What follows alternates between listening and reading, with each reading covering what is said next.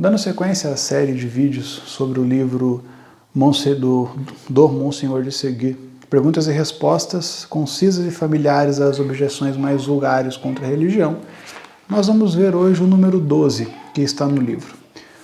Os padres fazem o seu ofício, eles não creem naquilo que pregam. Existe esse tipo de mentalidade por conta de um fator muito grave, né? Alguns padres, na verdade por dois, né? Alguns entram no seminário por fuga da vida, né? Da própria realidade, né? Então eles entram lá por fuga e eles acham que o sacerdócio é algo mais fácil, algo mais simples, né? Que você vai ter uma certa estabilidade na sua vida, tal. Então você escolhe a vida religiosa, né? Seminário diocesano, religioso, mosteiro, tal, enfim, que seja. E outros entram no seminário até bem intencionados e com o tempo, com o estudo, que muitas vezes o estudo é ruim, né? É tudo teologia da libertação, né? Em grande parte dos seminários, infelizmente, né? Tomás de Aquino é praticamente ignorado, mas Leonardo Boff, Frei Beto, esse povo é idolatrado, né? Infelizmente. Então, por culpa de uma má formação, aquele candidato que entrou no seminário, às vezes bem intencionado, vai tendo a fé dele minada. Quando ele se torna padre, ele não consegue mais, ele não entende mais a identidade, ele não entende qual é a função dele no mundo, né? Ele acha que ele é o dono da paróquia, ele é o administrador paroquial somente, ele trabalha para o povo, ele tem que promover uma missa alegre para o povo e ele não se preocupa mais com a espiritualidade, né? Então, isso acontece, tá? E sabendo disso, né, o porquê que faz que algumas pessoas acreditam que os padres não creem mais na missa, no seu ministério, né, eles não acreditam mais naquilo que eles ensinam, né? Vou dar um exemplo muito prático. Na igreja existe a lex orandi, a lex credenti, a lei da oração vai determinar aquilo que você crê, né? Então a maneira como você reza determina aquilo que você crê. Você vai numa missa mal celebrada, né? De qualquer jeito, uma barulheira tremenda e bateria, parece um show de rock aquilo, né? Um negócio terrível. Não tem um minuto de silêncio, não tem uma oração, não tem nada. O padre não tem o menor zelo por nada, ele consagra de qualquer jeito, nada. Até o paramento que ele usa é o mais pobre possível. Aqueles pá de anel de tucum que coloca aquelas estolas coloridas, negócio mais terrível, que você não consegue identificar ano litúrgico, não identifica nada. Você pega uma missa dessa, mal celebrada, você olha aquele padre, você realmente consegue ver no padre que ele tem fé eucarística? Um padre que pega lá, chama lá os ministros, catequista, tal, não sei o quê, e, toma aqui, levanta a hóstia na consagração, levanta o cálice na doxologia. Um padre assim, ele passa a imagem de que ele crê na Eucaristia? Não, né? Eu não estou dizendo que ele não crê, entende? Mas assim, o exterior, a maneira como ele se porta, a maneira como ele age, coloca em dúvida aquilo que ele crê, né? Pelo contrário, né, você pega aí um padre piedoso, que celebra a missa com atenção, que tem zelo pelos paramentos litúrgicos, que tem zelo pelos vasos sagrados, um padre assim que, né, anda de batina, né, um padre que entende o porquê ele é padre, né? Ele não precisa fazer nada extravagante, mas a maneira como ele celebra, a maneira como ele consagra, você vê aquilo e entende.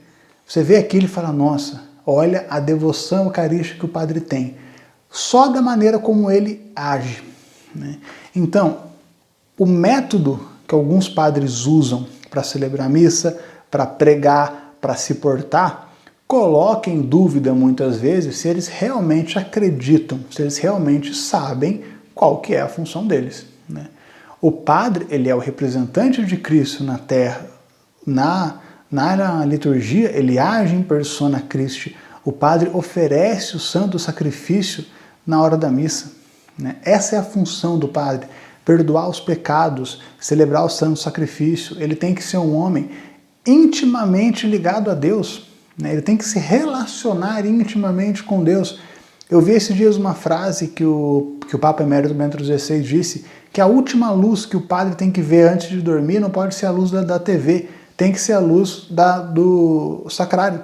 Né? Então o padre ele tem que ter uma vida de oração, ele tem que ter uma vida de adoração eucarística, uma devoção eucarística muito grande. Porque a maneira como ele se porta vai mostrar para os leigos, né, vai passar uma imagem, dar um exemplo para os leigos, que os leigos vão ver e vão falar, não, aquele padre lá, só da maneira que ele reza, nós vemos que ele ama Jesus. Né? Ou você vai ser aquele padre que você vai celebrar a missa e vai rezar, os leigos vão olhar e vão falar, aquele padre é legal, aquele padre é modernão, aquele padre tem uma tatuagem de abelha na mão, aquele padre é legalzão, mas nunca vão falar, aquele padre adora Jesus. Não. Entende? Então existe esse problema. Né? Graças a Deus é uma minoria. E o porquê que eu digo isso? Nós só conseguimos identificar os maus padres porque existem padres bons. Né? Nós só conseguimos encontrar uma mancha num vestido branco porque nós conseguimos ver o branco, porque o branco é mais vistoso, né? O branco é maior. Né? Então nós temos que ter sempre como referência, quando formos falar mal da Igreja Católica, né, ou criticar os padres, nunca generalizar, mas olhar e falar, bom, esses padres que aparentemente não acreditam em mais nada, estão ensinando heresia, estão ensinando besteira, eles vão dar conta para Deus. Né? Mas eu sei que existem ótimos padres, padres que se espelham na vida dos santos, que se espelham no Padre Pio, por exemplo, né? Padres que têm vida de oração mais profunda, que fazem uma adoração eucarística constantemente. Né? Então nós temos que nos apegar aos bons padres, às boas referências. Né? E os maus padres, rezem por eles. Né? Nossa Senhora de La Salette já fala há muito tempo, né? Ela falou muitas vezes, reze, faça penitência, faça jejum, reze pelo Papa, pela Igreja e pelos padres. Né? Nós temos que fazer isso. Pegue os maus padres que você conhece e coloque em oração. Né? Se você vai numa paróquia onde tem um padre de teologia da libertação, se você tiver a outra opção, vai em outra paróquia. Para de frequentar a paróquia dele. Entende? Mas reze por ele. Não generalize. Por conta do erro de um, não generalize para todos. Tá? Então, nos apeguemos aos bons padres, busquemos paróquias com bons padres, padres fiéis à Igreja Católica, padres que demonstram realmente um amor a Cristo, né? E rezemos pelos padres ruins. Alguns padres estão ali por profissão, porém é uma minoria. A grande maioria está ali por amor a Cristo, né, e merece o nosso respeito e que nós nos espelhemos neles. Deus abençoe.